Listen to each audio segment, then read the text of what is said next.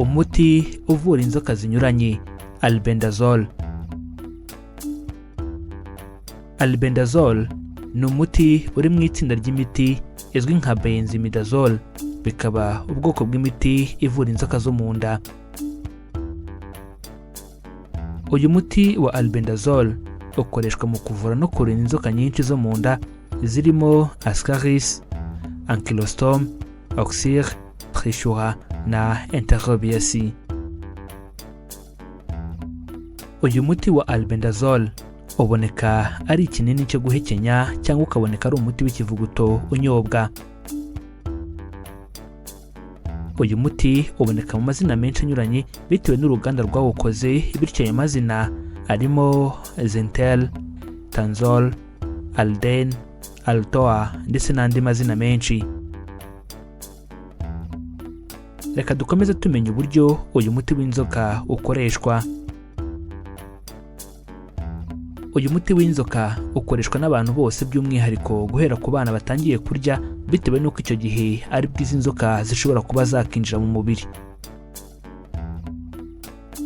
Abana kuva hejuru y'amezi 6, bitewe n'igihe umwana atangiriye guhabwa ibiryo, aba agomba guhabwa uyu muti, gusa we afata uw'ikivuguto.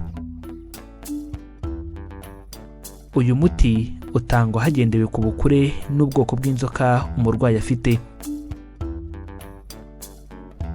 Ku bana bari hagati y'amezi 6 n'imyaka 3 bahabwa igice cy'ikinini bingana na miligarama 200 kandi bakanywera icyarimwe. Ku bana bari hejuru y'imyaka 3 bahabwa ikinini kimwe cya miligarama 400 ku buryo agihekenya. Ku barwayi b'inzoka zo mu bwoko za trichura, uyu muti wafata mu minsi 3 ikurikirana. Ku barwayi b'inzoka zo mu bwoko bwa za trichinelosi, uyu muti uhabwa abantu kuva ku bana bafite imyaka 2 n'abakuru, bakawunywa kabiri hagati y'iminsi 10 na 15. Reka dukomeze ikiganiro tumenya igihe uyu muti w'inzoka ukoreshwa. Uyu muti w'inzoka ukoreshwa igihe nyuma yo gupima umusarani bagusanzemo imwe mu nzoka zivurwa nawo twagarutseho dutangira ikiganiro. Ku rundi ruhande ariko, mu bihugu byacu bikiri mu nzira y'amajyambere, aho isuku iba itaraba nziza cyane, biremewe gufata uyu muti w'inzoka buri nyuma y'amezi 3 niyo waba utarwaye. Reka dukomeze ikiganiro tumenya ingaruka zishobora gukomoka ku ikoreshwa ry'uyu muti w'inzoka.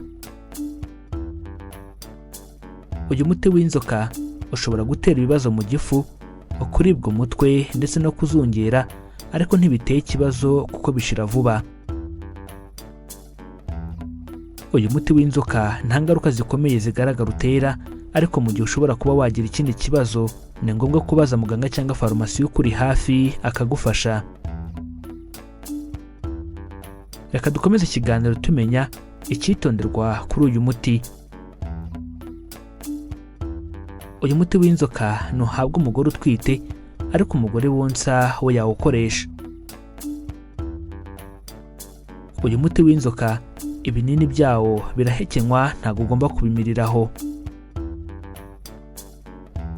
Ku barwaye cysticerose yo mu maso nabo ntibanywa uyu muti w'inzoka.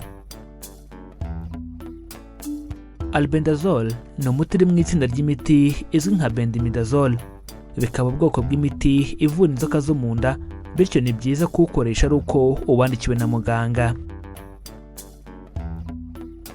Reka tubibutse ko ushobora kongera gukurikira iki kiganiro kugira ngo usobanukirwe neza kandi ugirirwe akamaro n'ibi tumaze kubaganirizaho.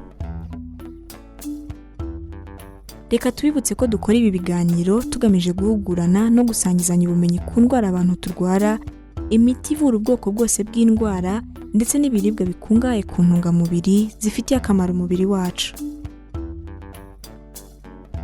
Reka dusoze mbibutsa ko baca umugani mu Kinyarwanda bagira bati abatabizi bicwa no kutabimenya, natwe tukagira tuti abatarabimenya bicwa nuko batarakora subscribe kuri iyi channel Mizero Media ngo bamenye ko amagara ari ubukungu kandi ko kwirinda biruta kwivuza.